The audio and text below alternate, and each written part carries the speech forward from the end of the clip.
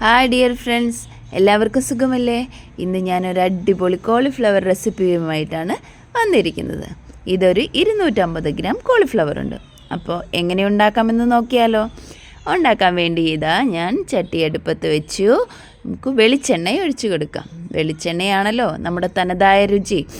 വെളിച്ചെണ്ണ ചൂടായി വരുമ്പോഴേക്ക് ഇതിനകത്തേക്ക് കട്ട് ചെയ്ത് വെച്ചിരിക്കുന്ന സവോള, പച്ചമുളക്, കറിവേപ്പില എന്നിവ ഇട്ട് കൊടുക്കുക. ഇത് നന്നായി ഒന്ന് മിക്സ് ചെയ്തോളൂ. ഇനി ഈ സവോളയൊന്ന് സോഫ്റ്റായി വരാൻ വേണ്ടി നമുക്ക് ഒരല്പം ഉപ്പും കൂടെ ചേർത്ത് കൊടുക്കാം. ഇനി നമ്മൾ ചതച്ച് വെച്ചിരിക്കുന്ന ഇഞ്ചി വെളുത്തുള്ളിയും കൂടെ ചേർത്താൽ നമ്മുടെ വഴറ്റാനുള്ള മസാലകളായി. ഇനി ഇത് നന്നായി ഒന്ന് വഴന്ന് വരട്ടെ. നല്ല വഴന്ന് മുരിഞ്ഞു വരണം കേട്ടോ. മുരിഞ്ഞു വരുമ്പോഴേക്ക് നമ്മുടെ കോളിഫ്ലവർ റെഡിയാക്കാം. ഇപ്പം ഞാൻ ചൂടുവെള്ളത്തിൽ മഞ്ഞപ്പൊടിയും ഇട്ട് കോളിഫ്ലവർ ഇട്ട് വെച്ചിട്ടുണ്ട്. ഇപ്പോൾ ഇതാ നമ്മുടെ സവോള നന്നായി വഴന്ന് വന്നിട്ടുണ്ട്. ഇതിനകത്തേക്ക് മഞ്ഞപ്പൊടി, മുളക് പൊടി, മല്ലിപ്പൊടി ഇത്രയും ചേർത്ത് നന്നായി ഒന്ന് ഇളക്കി കൊടുക്കാം. ഇനി നമ്മുടെ ഗരം മസാല ഇടാൻ മറന്നു പോകരുത്. ഗരം മസാല കൂടി ചേർത്ത് കൊടുക്കാം. ഈ മസാലകളുടെ പച്ചമണം മാറുന്നവരെ നന്നായി എണ്ണയിലൊന്ന് വഴറ്റിയെടുക്കുക. ഇതൊന്ന് വഴന്ന് വന്നാൽ നമ്മൾ കട്ട് ചെയ്ത് വെച്ചിരിക്കുന്ന ഒരു തക്കാളി കൂടെ ചേർത്ത് കൊടുക്കുക. തക്കാളി കൂടെ ഇട്ട് കൊടുത്താൽ നമുക്ക് നല്ലവണ്ണം മിക്സ് ചെയ്യണം. ഈ തക്കാളി ഈ മസാലയിലേക്ക് അങ്ങ് അലിഞ്ഞു ചേരുന്നത് വരെ അത് നമുക്ക് വേവിച്ചെടുക്കണം. അതിനായി ഇത് മിക്സ് ചെയ്തതിന് ശേഷം നമുക്കിതൊന്ന് അടച്ചു വെച്ച് വേവിക്കാം. അപ്പോൾ ഇത് ഞാൻ മിക്സ് ചെയ്തിട്ടുണ്ട്.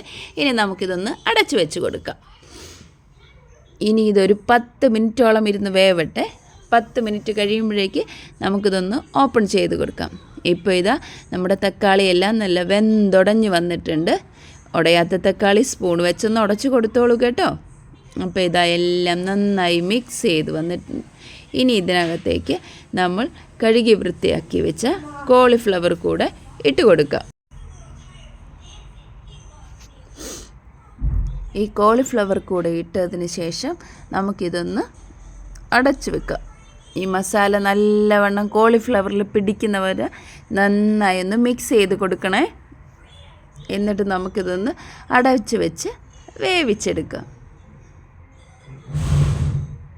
ഇപ്പോൾ ഇതാ ക്ലീൻ ചെയ്ത് വെച്ച കോളിഫ്ലവർ എല്ലാം ചേർത്ത് ഇനി ഇത് നന്നായി ഒന്ന് മിക്സ് ചെയ്തെടുക്കാം.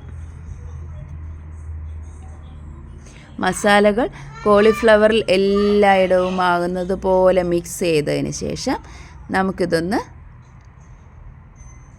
ഇതിനകത്തേക്ക് അല്പം ചൂടുവെള്ളവും കൂടി ഒഴിച്ച് കൊടുത്തിട്ട് നമുക്ക് അടച്ചു വെച്ച് വേവിക്കാം.